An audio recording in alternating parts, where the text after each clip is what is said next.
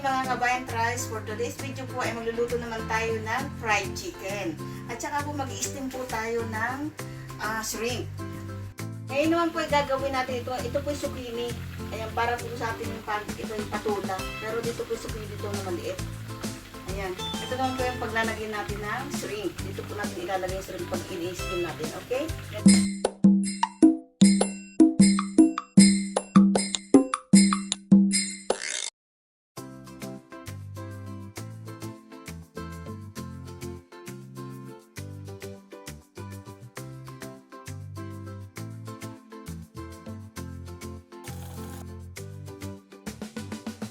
Ito na po yung paglalagyan natin ng steamed shrimp. Ayan po, makikita nyo po mamaya kung paano natin gagawin. Okay? Ayan po. Ito naman po natin ang mga sungot yung mga hipon po. Tapos i-steam natin. Ito po, tatanggalin natin. Ito na po yung mga shrimp na binalatan natin kanina. At ilalagay po natin siya dito sa zucchini na in-slice natin. Dito po natin siya ilalagay sa gitna. Ayan po.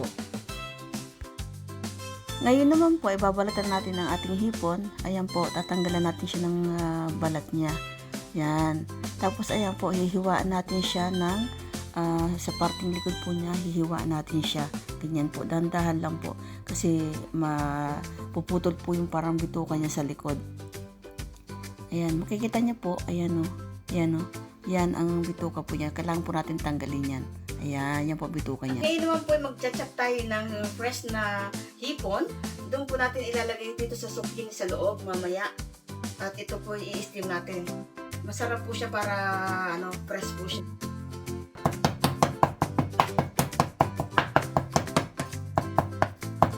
At lalagyan po natin siya ng sweet corn. Para po masarap yung pag-steam natin. Yung tamis po niya, natural po siya. At ito ang gagawin po natin pang lagay doon. Sa amin po ito, nilaras ang tawag. Yan. Nilaras na mais.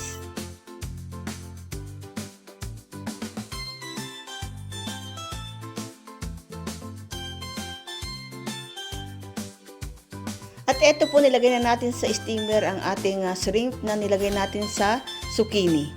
Ayan po. Ni-steam na po natin siya. Ayan.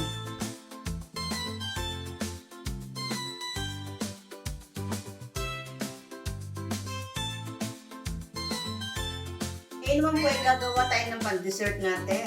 Ito po ay melon. Okay? Lalagyan po natin siya ng design.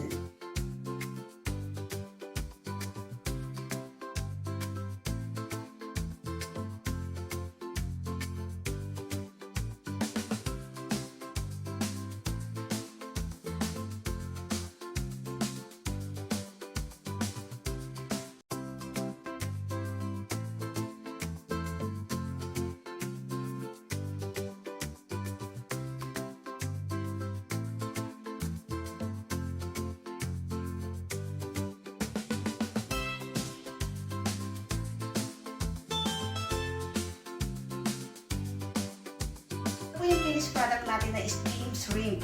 At syempre po may pa 5-star tayo. Ayan.